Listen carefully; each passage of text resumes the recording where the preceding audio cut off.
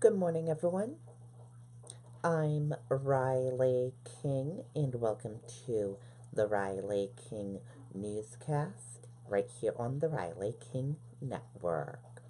It's October 25, 2018. We have a lot of news to get to, so let's begin. First up, woman convicted of killing daughter, 3 appeals to state Supreme Court.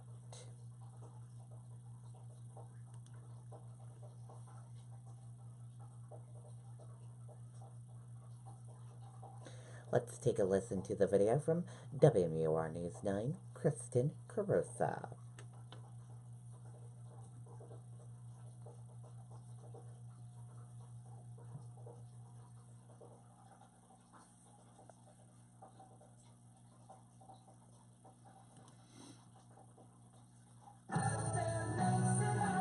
Hit a home run this postseason with AutoFair Honda, Ford, Hyundai, Nissan, and VW. Get off the bench, get in the game, and get AutoFair's famously low prices on every new and pre-owned vehicle.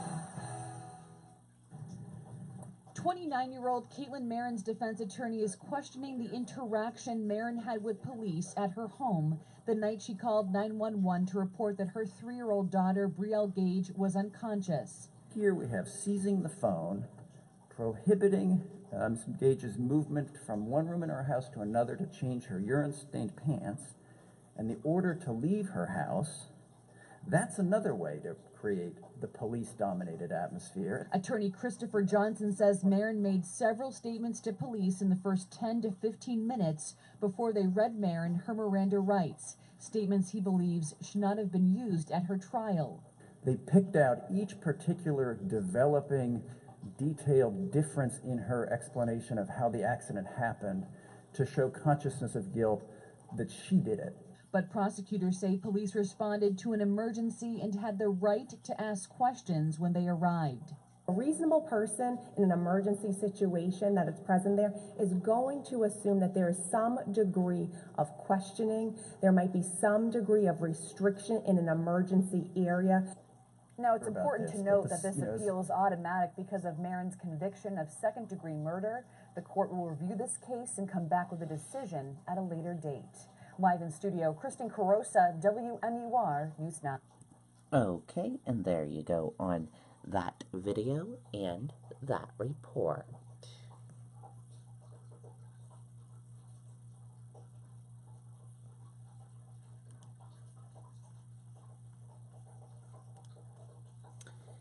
And Boston Red Sox. The Sox won again. The score, Dodgers 2, Red Sox 4. 2-4 for the game. Congratulations, go Red Sox. And Red Sox have a day off today. They travel to LA to Dodgers Stadium and they'll play Game 3 at Dodgers Stadium in LA. Congratulations to the Boston Red Sox.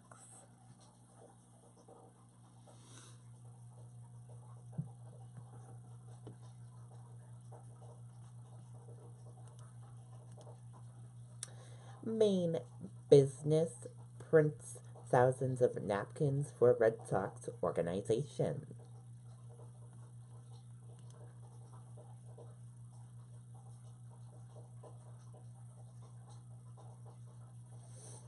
Let's take a listen to the video from WMTW News 8 Maine.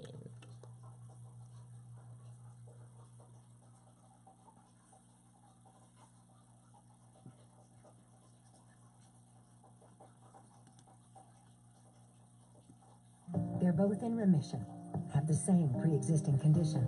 But if Sean Moody becomes governor, they might not get the same care. Moody. Well, guys, we want to tell you about a Maine connection to the World Series. The series turning from hype into a job for a Maine business owner. A woman getting a big request that she tells us she could not turn down. WMTW News 8's Erin Dixon tells us how she ended up printing for the big leagues. Well, my heart started pounding, and I thought, oh my God. It was Tuesday at 4 in the afternoon when Beth Payson got the call at our Westbrook printing company. The request, 8,000 cocktail napkins for a Friday delivery, a seemingly impossible turnaround for her small team. And I said no. And I didn't see any possible way that we could do that many. But it was what she heard next that quickly changed her mind. They told me it was for the Red Sox. And I said, for the Red Sox? Yes, I will do 8,000 cocktail napkins for the Red Sox. Payson immediately springing into action, overnighting just the right napkins from Minnesota and a custom do damage plate from Michigan. Putting her 1944 Heidelberg press to work, turning out napkin after napkin after napkin. One of her employees even hand-delivering them to Boston. I love it. We're going to go do damage. But her company, Laura Marr Printing, named after her great-grandmother, sharing more in common with the Red Sox than just this one job. Both organizations rich in history. She was born in 1860 and died in 1948. And she owned and ran a business long before women were in business. So when I started my business, I used her name because at the time, certainly, there were not a lot of women in printing. Building her small business into a national name. But this job, she says, is still a career highlight. It's going to be hard to beat the Boston Red Sox in more ways than one. Payson, excited by just the thought of which Boston Power players may be using her napkins, and making this prediction. I feel that we definitely will do damage to the Red Sox. Like I said, 4 games. Let's do it in 4 games. Erin Dixon, WMTW News 8. Okay, and there you go on that video and that report. That is very cool.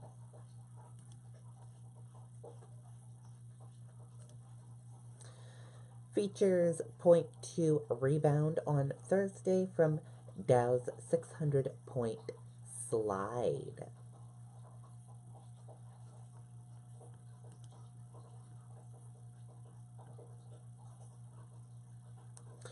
U.S. stocks feature on early Thursday morning pointed to a slight rebound from the steep losses seen in regular trading.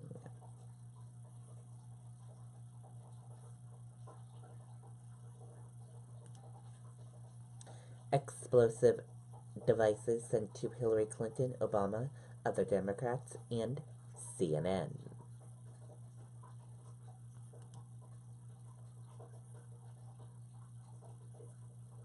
Let's take a listen to the video from ABC News. You need Fios, the 100% fiber optic network, because you'll get phenomenal capacity for your tech and the most awarded network for internet service satisfaction for the past 10 years. Now is your last chance to get $200 toward a range of Google and Nest smart home devices, plus the fastest internet available, TV with up to 200 channels, phone, and a 2-year price guarantee, all for just $79.99 per month with a 2-year agreement. And if you order online, you'll get a $100 Visa prepaid card. But hurry, offer ends October 31st. Go to getfios.com.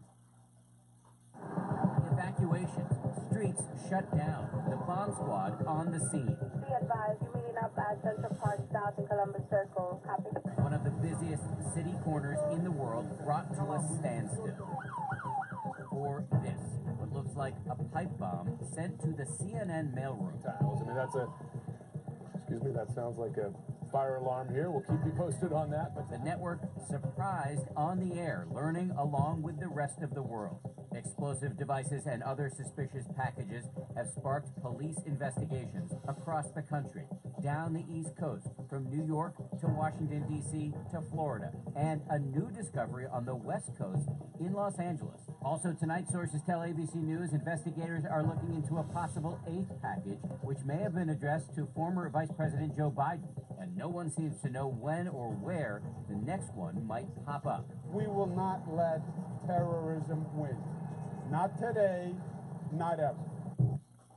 Okay, and there you go on some of that video. If you want to watch the whole video and the whole report, we will have a link for you on the Riley King Network Facebook page.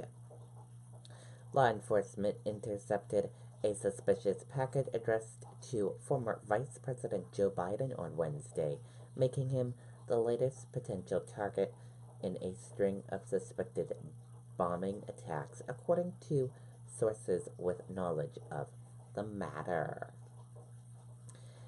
And that's it for the Riley King Newscast right here on the Riley King Network. I hope you all have a great rest of your Thursday and a great rest of your day. And I'll see you back here later on today for another newscast. Goodbye, everyone.